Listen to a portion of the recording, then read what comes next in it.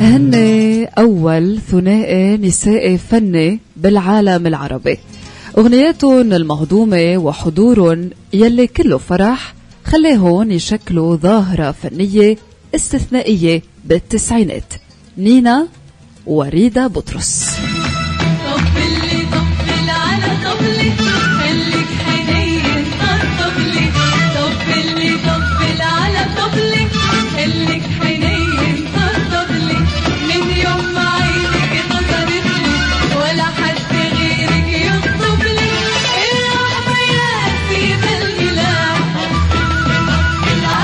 نينا وريدة بطرس هن إخوة وربيوا بأجواء الفن لأنه والدهم درس موسيقى وكانوا يتسمعوا عليه لما يعزف على العود ويتعلموا منه.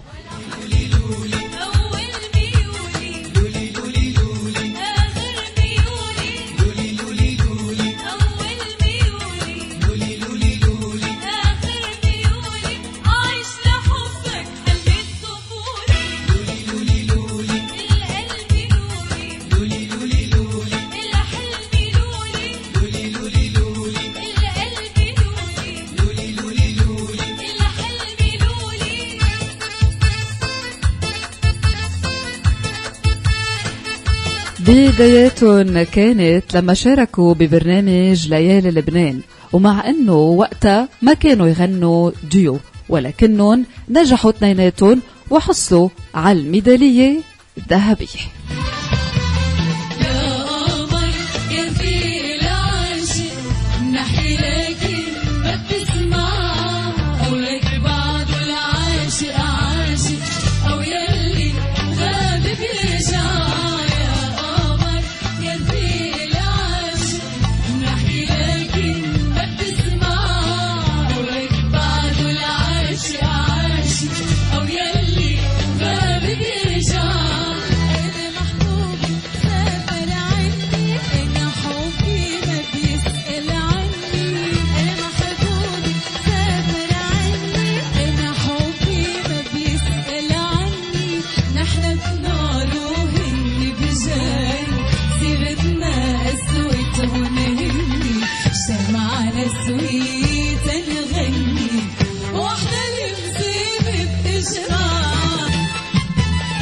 ومن بعدها طرح عليهم المنتج توروس سيرانوسيان فكرة انه يغنوا سوا، وصار ينظم لهم حفلات وحققوا نجاح هائل وشهرة واسعة.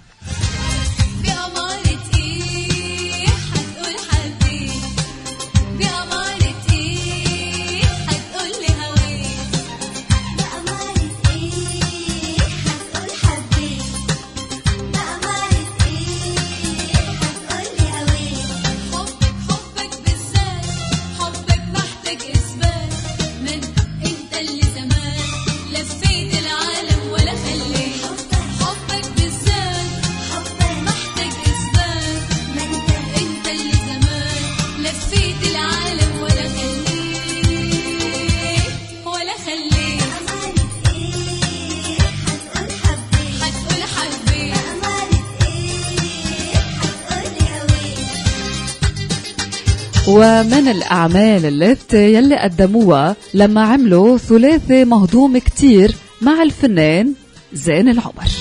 نتلاقى ومثل كل مرة عين عالشقرة وعين عالسمرة، حاول حاجي الشقرة واحدة تضحك للسمرة وتصدق. نتلاقى ومثل كل مرة عين عالشقرة وعين عالسمرة، حاول حاجي الشقرة واحدة تضحك للسمرة وتصدق. بتقلّا وشعلان النار، بتقلّا وشعلان النار. يا حياتي قصده يحاكيني تنسي وين كان يلاقيني. يا حياتي قصده يحاكيني تنسي وين كان يلاقيني.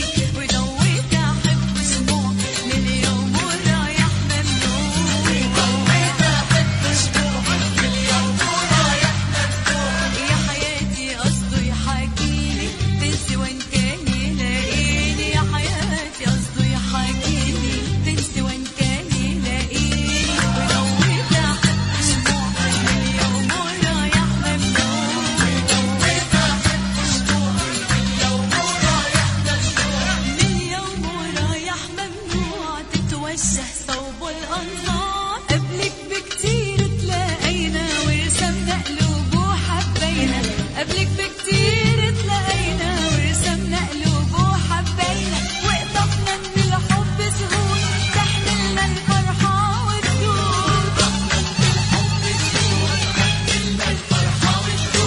نينا وريدا بطرس بأكدوا أنه الفضل الأساسي بنجاحهم هو الانسجام الروحي يلي بيناتهم، فكانوا يفهموا على بعضهم من نظرة لما يكونوا عم بيغنوا، حتى من دون ما يكونوا عاملين تمارين قبل.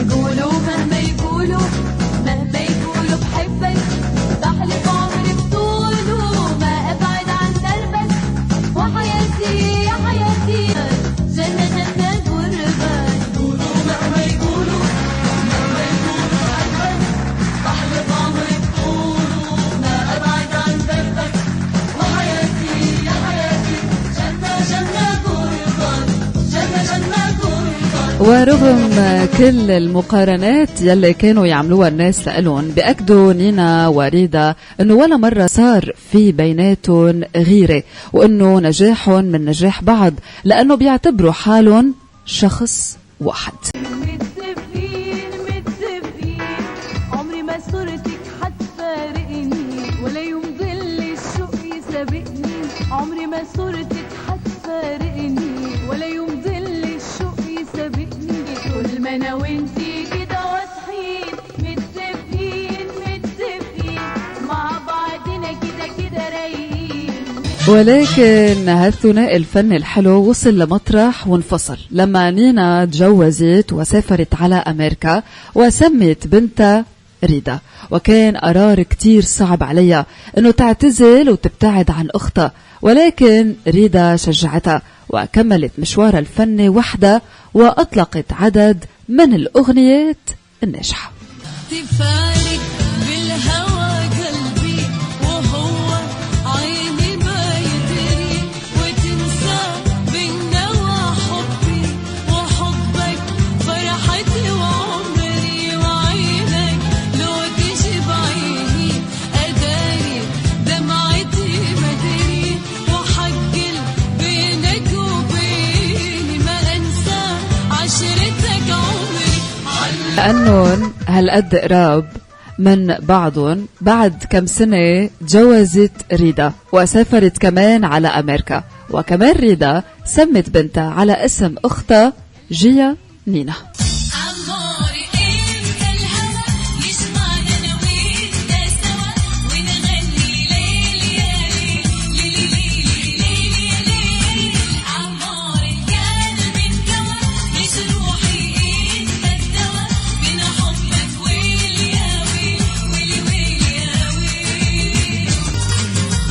صحيح أنه نينا وريدا بطرس ابتعدوا نوعا ما عن الساحة الفنية، ولكن هالديو المهضوم بقى عم يلمع بالذاكرة، وناس كتار بعدوا ناطرينهم يرجعوا بأغنيات جديدة.